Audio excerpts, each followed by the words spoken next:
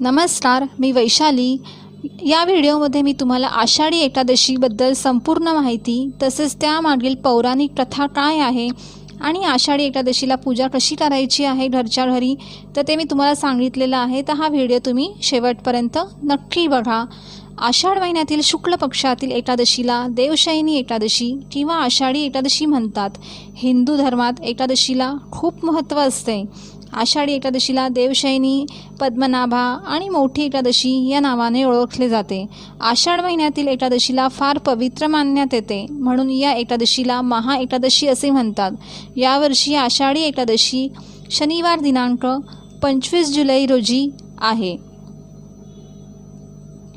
या एकादशीला विठ्ठलासह श्री विष्णूची पूजा मनोभावे केली जाते। या दिवशी पंढरपुरासह महाराष्ट्रातील अनेक ठिकाणी श्री विठ्ठलाची पूजा केली जाते, तसेच व्रतही केले जाते। पांडुरंगाच्या भेटीसाठी कानाकोपऱ्यातून पावसा पाण्यात भिजत चिंबत जाणाऱ्या वारकरी भक्तांचा दिंडीचा सोहळा अत्यंत मनोरम असा असतो। या दिवशी पंढरपुरास शेगाव येथून पूर्णब्रह्म अधिकारी श्री संत गजानन महाराजांची, आळंदीहून ज्ञानेश्वरांची, देहूहून तुकारामांची, तसेच त्र्यंबकेश्वरहून निवृत्तीनाथांची पालखी, तसेच सासवडहून सोपानदेवाची, पैठणहून एकनाथांची व उत्तर भारतातून कबीराची पालखी येते। महाराष्ट्राच्या कानाकोपऱ्यातून ठिकठिकाणाहून लाखो भाविक, अनेक वारकरी विठ्ठल नामाचा गजर करीत आषाढी एकादशीला पायी चालत येतात। हिलाच आषाढी वारी म्हणतात। चंद्रभागेत स्नान करून विठ्ठलाचे दर्शन घेतात। याच दिवसापासून चातुर्मासाला प्रारंभ होतो। असे म्हटले जाते की या काळात भगवान विष्णू क्षीरसागरात 4 महिन्यासाठी योग निद्रेत जाऊन झोपी जातात। या काळात सर्व शुभ कार्ये थांबतात। भगवान विष्णू 4 महिने झोपतात, म्हणून याला चातुर्मास असेही म्हणतात।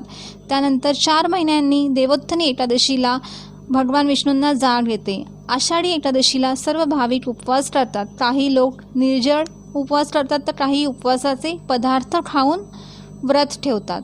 तर आता आषाढी एकादशीला घरच्या घरी पूजा कशी करायची आहे, तर आषाढी एकादशीला सकाळी पहाटे उठून स्नान करून देवाजवळ दिवा लावायचा आहे।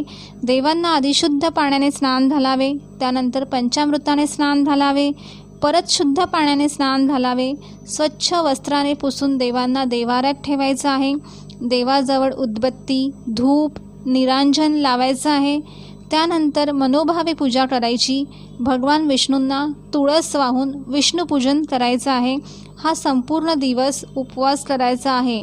जमल्यास तर भगवान विष्णूंना 108 तुळशीचे पानं नक्की वाहा। देवाला पिवळे वस्त्र, पिवळे फुलं, पिवळे फळं, पिवळं चंदन अर्पित करायचं आहे।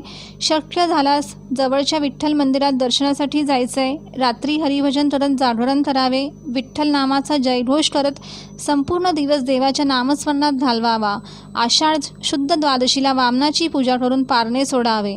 या दोन्ही दिवशी विष्णुदेवाची पूजा करून अहोरात्र तुपाचा दिवा लावायचा आहे।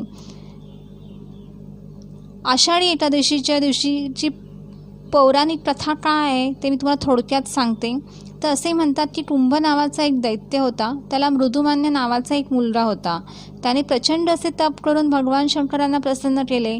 भगवान शंकराकडून अमरत्व मिळविले। अमरत्व म्हणजे त्याला कधीच कोणाकडून मरण येणार नाही असे अमरत्व, पण एका स्त्रीकडून त्याला मरण येईल असा वर भगवान शंकरांनी त्याला मात्र दिला होता।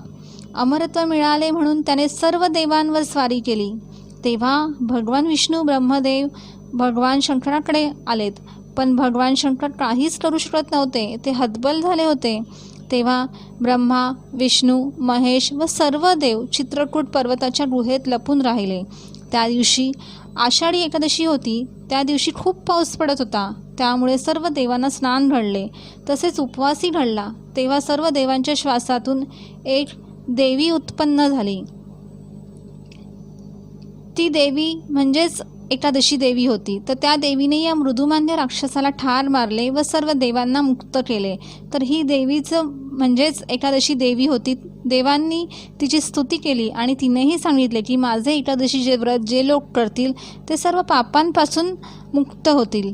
तर ही अशी थोडक्यात आषाढी एकादशीची प्रथा होती। तर अशा प्रकारे मी ह्या व्हिडिओमध्ये थोडक्यात असं आषाढी एकादशीला कशाप्रकारे पूजा करायची त्याची सर्वात संपूर्ण माहिती तसंच थोडक्यात कथा सांगितली आहे, तर ही इतरांनाही शेअर करा आणि माझ्या ह्या चॅनलला नक्की सबस्क्राईब